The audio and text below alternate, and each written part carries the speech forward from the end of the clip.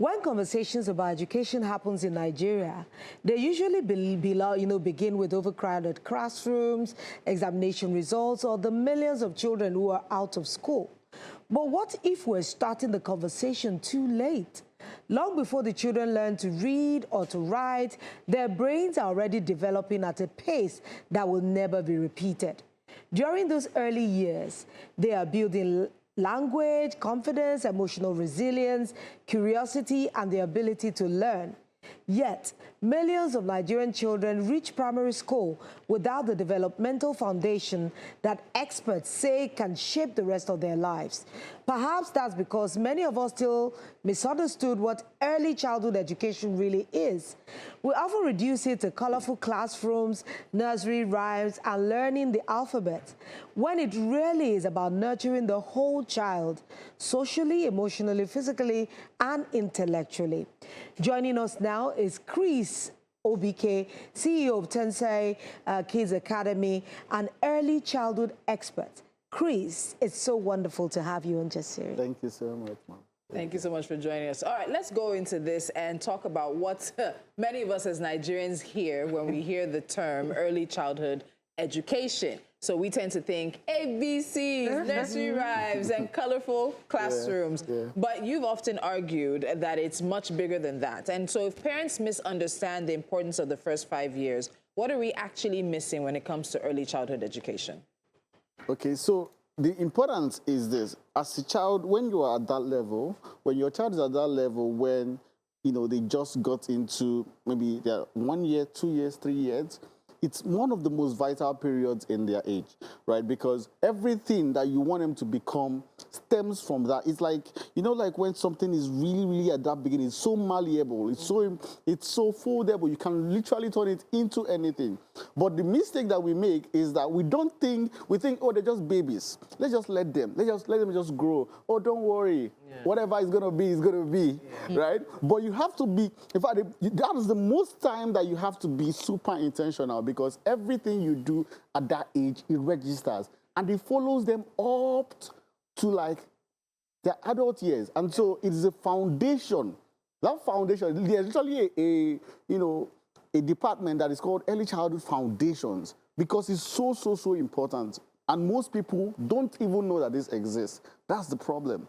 Right? We don't even know that there's something like this, and we don't even know that we should even pay attention. So the major challenge is ignorance, right? The major challenge is that we don't know, you know, like when you don't know that you don't know, right? So Because honestly, to corroborate what you're saying, scientists say nearly 90% of brain development happens before the age of 5, but yet many Nigerian parents, we don't become intentional about learning until primary one. Because you say, okay, by that time the child is speaking, even if it's ta'ata, you know, one by one word. So by then, how much of that opportunity, learning opportunity, would have been lost?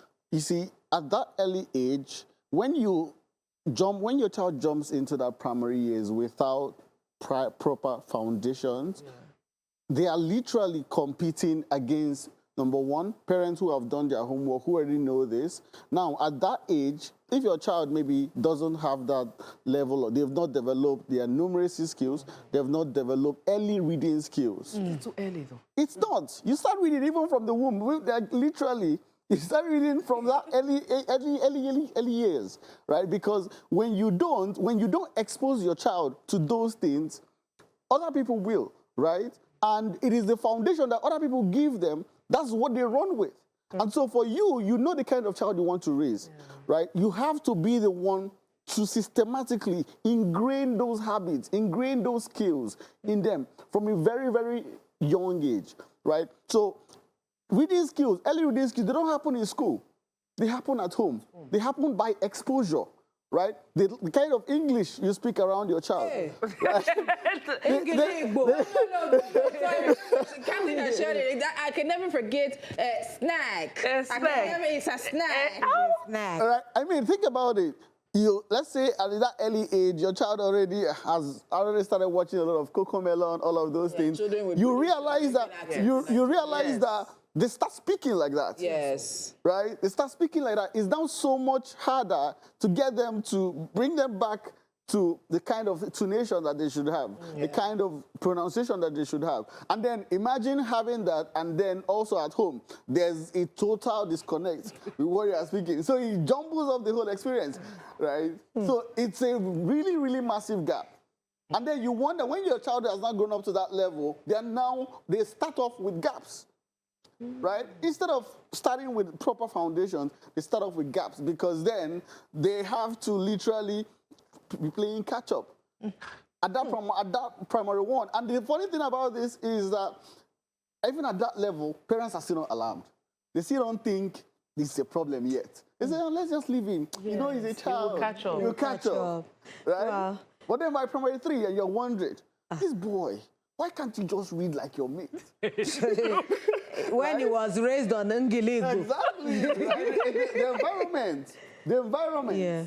That's the whole thing. You know, another thing that I think a lot of people assume is that quality education only appears to be at the rich of the wealthy. Yeah. So is that one of the biggest myths that is holding Nigerian children back? I mean, it is a very big myth, because I like to think that while quality education is expensive, right, there is a lot that you can do. You don't have to, number one, you don't have to be a teacher to be able to teach your child. Your child already has that, you already have that neurological connection with your child. And so anything that you try to pass on, depending on how you do that, is definitely going to get through to your child, right? And so little things that you can start doing, for example, reading to your child daily, you know, even basic encouragement, trying to go on the journey together instead of foisting it on them and say, you, go and read your book, right? Going on the journey together, trying to be involved. All those little you understand. Because at the end of the day, the child already has everything they need to succeed. They already have all the skills. They already have, like, at that level where they are kids, they're still learning how to be, right? And so it is the feedback they get from you, the feedback they get from their environment that determines what their next line of action is.